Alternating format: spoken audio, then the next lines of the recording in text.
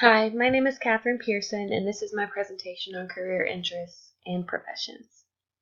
My current profession is administrative assistant at Fujifilm Manufacturing, which is a Japanese company based in Greenwood, South Carolina.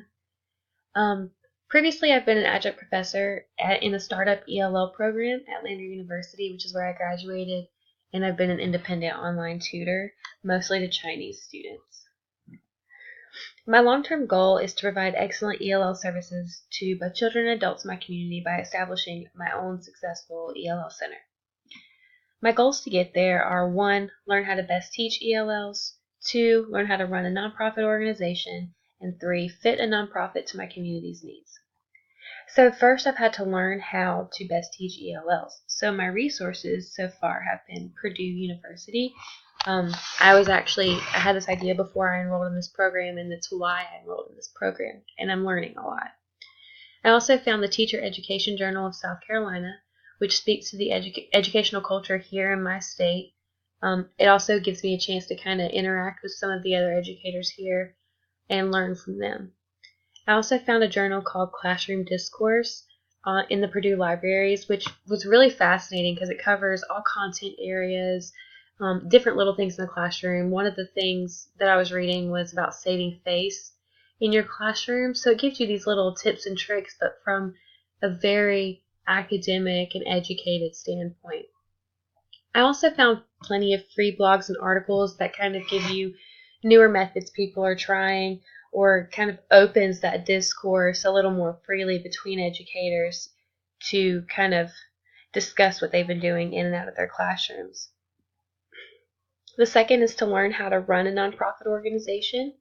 So I'm using the network that I built when I was a journalist to kind of expand my mindset on nonprofit organizations. When I first had this idea, I wanted to make it a for-profit organization, but the more I've got to know my community, the more I think a nonprofit organization is better, at least for us here. And I've been researching about the steps to take to jumpstart a nonprofit organization and to keep it going. I'm having a little trouble finding really solid advice on this. I'm just finding things mostly on Google. So if anybody has any ideas, please feel free to pass them along. I'm also looking to fit this nonprofit organization to what my community needs. So here there are 1,000 ESOL students in this district that I've been working with alone. This makes up about 10% of the total student body population in this city, in this school district, and every school has ELL students.